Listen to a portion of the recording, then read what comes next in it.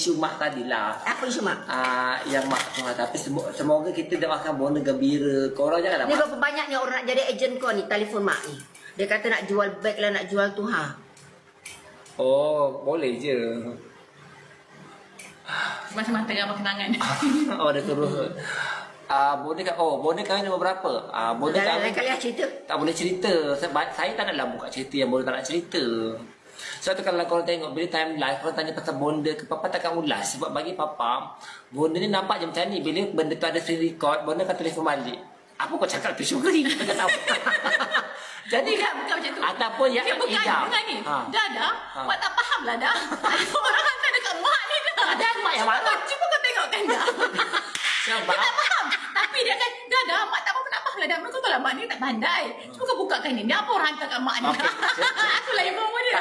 Cerita macam ni. Mak saya bila korang provoke dalam live, dia balas.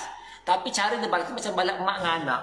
Dan orang kak yang tak elok. Yeah. So, bila dia viral, contohlah yang waktu dia bercakap dekat dalam telefon.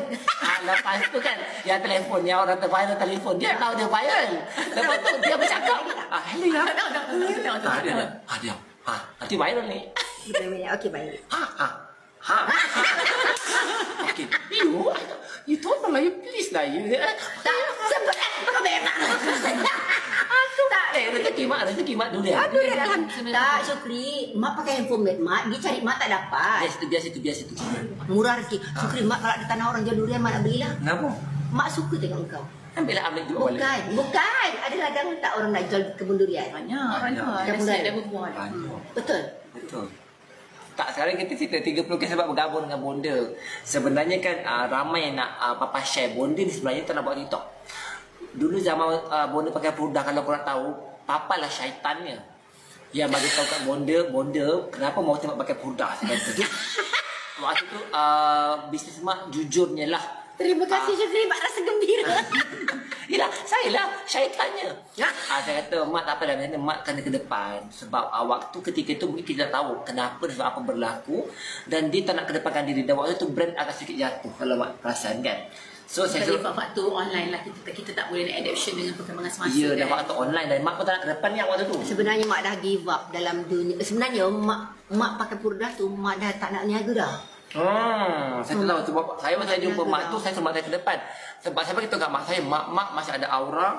Dan kalau tengok iklan zaman dulu, keayuan, kecantikan, daya tinggi, kasiawannya, tiap insan. Kalau korang tahu, sendaya tinggi, legenda rawatan herba.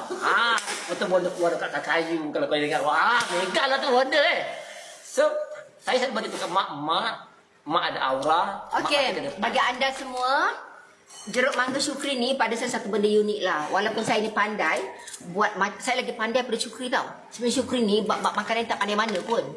Tapi pada saya, wallahi, macam mana dia buat idea ni saya pun tak tahu. Jeruk mangga papa laris. Hiduplah jeruk demi negara. Hiduplah jeruk demi negara. Jangan tiru jeruk papa cakap. Aku pun tak nak tiru. Iya tak? Aku tak pandai. Alik lalam ha. Allah. Janji. Sebenarnya mak, ramai orang tiru jeruk saya.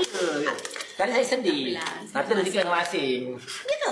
Yo, dah pernah. Dia tiru ke ni? Ya. Tadi tiru sebiji stiker pun ada. Stiker tiru sebiji, cuba saya. Dengan logo-logo. Ya, jadi saya kata kalau jalan ni nak jual jeruk boleh. Jangan tiru stiker, jangan tiru logo. Boleh jual. Tapi gunalah identiti sendiri macam tu. Dia tiru logo sebiji. Dia tukar nama aja, iaitu Mr. Herb. Ni mak tengok ya mak, saya sampai nak sama-sama. Saya memang dia macam ni. Satu perkara Syukri. Orang macam tu dia business hit and run. Dia dapat, kemudian dia lari. Ya sama macam. Waalaikumsalam. Sama kan? Roda. Dah, Ammar ke?